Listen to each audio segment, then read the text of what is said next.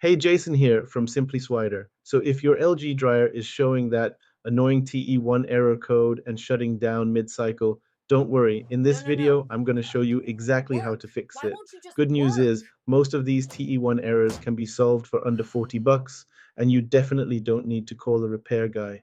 Before we get started, if you run into any questions, jump into our Facebook group.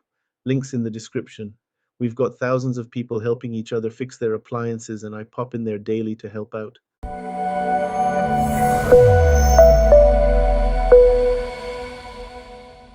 The TE1 error code means your dryer's temperature sensor can't communicate with the control board. When this happens, your dryer shuts down as a safety feature to prevent overheating damage. Now, I'm going to walk you through the 5 most common causes of this code, starting with the absolute simplest fix and working our way up to the more involved stuff. Trust me on this one.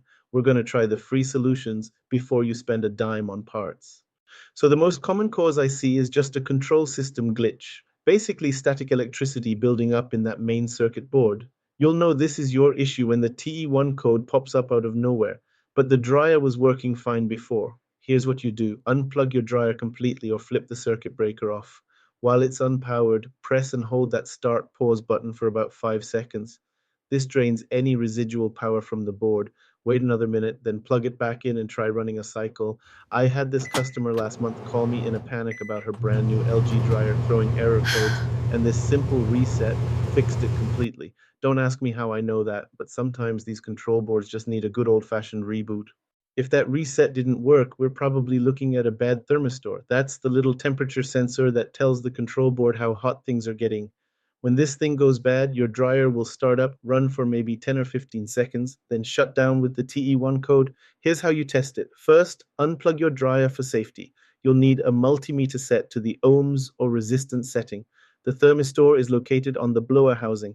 It looks like a small white sensor with 2 wires. Carefully disconnect those wire connectors and touch your multimeter probes to the thermistor's metal terminals. At room temperature, you should see somewhere between 10,000 and 11,700 ohms. If you're getting an infinite reading or 0 ohms, that sensor's toast and needs replacing. Part numbers to look for are And pull the belt off of the 661508A or motor pulley. 6323 EL2001B. You Now, can use the replacing belt this to thing help is a bit lift out. involved. You'll need to remove the top panel, control panel, front panel, and pull out the drum to get to it. Here's where things get expensive, but it happens more than you'd think. The main control board can fail, specifically that relay that controls the heater.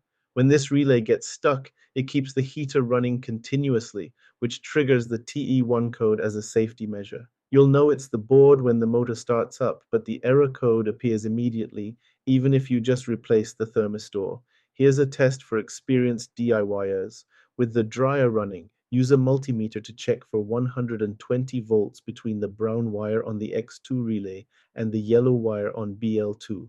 If you're not comfortable working with live electrical connections, skip this test and focus on the thermistor testing instead. If the thermistor tests good, but you're still getting TE1 codes, it's the board about 99% of the time. The control board is located at the top middle of the dryer behind the display. You'll disconnect all those color-coded wire harnesses and swap it with a new one. Part numbers start with the letter E. This one's sneaky and happens mostly in winter. Cold air from outside backs up through your exhaust vent and hits that thermistor, causing an out-of-range temperature reading. You'll notice this happens primarily during cold weather or when you're using steam cycles. Here's your action plan. Go outside to your dryer vent while the dryer is off. Those flapper doors should be completely closed. If they're stuck open, clear any debris or ice buildup. If the flapper is broken or warped, you'll need a replacement vent cover. They cost around $15 to $30 at any hardware store. Sometimes just running an empty air dry cycle for a few minutes will warm up the unit enough to clear the code. I remember this guy who called me every winter with the same TE1 problem. Turned out his vent cover was busted and letting freezing air back in. After years of vibration, those wire connections can work loose or get corroded. The thermistor has a 2 wire connector, and there's also the NA6 connector at the main board that can cause problems. You'll spot this during visual inspection. Look for green corrosion on the pins or connections that seem loose. The fix is pretty straightforward. Disconnect the bad connection, clean off any corrosion, and reconnect it. If the wires themselves are damaged, you might need to strip back the insulation and make a proper repair with electrical tape. This doesn't happen as often as the other issues, but when it does, it'll drive you crazy with intermittent codes. The thermistor runs about 20 to 40 bucks depending on where you shop. You can find them at appliance parts stores or online. This measures the exhaust air temperature so the control board knows when to cycle the heater on and off. When it fails, you'll get TE1 or TE2 codes and the dryer stops mid-cycle. Quick test is that resistance check I mentioned.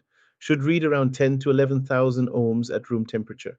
Here's the thing though, lots of people replace this when the real problem is the control board or restricted venting. Make sure you test it properly before buying a new one. Replacing the thermistor takes about 45 minutes to an hour for most DIYers. You'll need basic hand tools and will remove the top panel, control panel, front panel, and carefully pull out the drum to access it. Take photos as you disassemble to help with reassembly. This is the expensive one. You're looking at anywhere from $147 to $250. It's the brain of the whole operation, accepting your input and controlling the motor and heater cycles. When it fails, you'll get error codes that won't clear with a reset, or the motor runs but displays errors immediately. Before you drop this kind of money, make absolutely sure you've tested the thermistor and checked your venting. I can't tell you how many times I've seen people buy expensive control boards when the problem was a $20 sensor. For venting issues, you might need a new exterior vent cover. Those run anywhere from free to 30 bucks depending on what's wrong. The vent releases hot, moist air outside, and when it's blocked or damaged, you'll get overheating codes like TE1 or TE3. Quick test is to go outside while the dryer's running and feel for airflow. Blocked vents cause other components like thermal fuses to blow too, so it's worth checking this stuff even if it seems fine.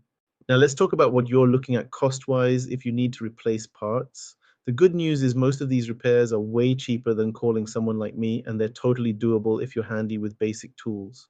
You can see on the screen right now the most common LG dryer models that run into these TE1 issues. Take a look. You might even spot your own model up there. The Trom series seems to be particularly prone to thermistor problems, especially the older steam units. Don't worry about memorizing all those model numbers. The important thing is that the repair process is basically the same across all these units. That's how you tackle the LG Dryer TE1 error code. Start with that free reset. It works more often than you'd think. If that doesn't do it, test that thermistor before you buy anything expensive. In my experience, about 80% of TE1 errors are fixed with either the free reset trick or replacing that $20 thermistor. Compare that to typical repair service calls that run $200 to $400. You could save serious money with just 30 minutes of your time.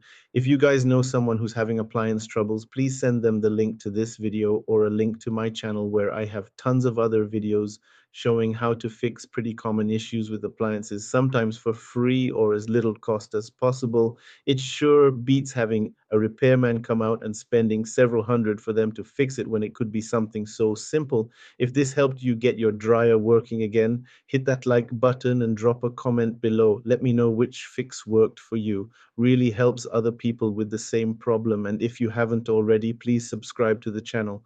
We'll get this out to more folks who need to save some time and money. Thanks for watching, and I hope you guys have a great day.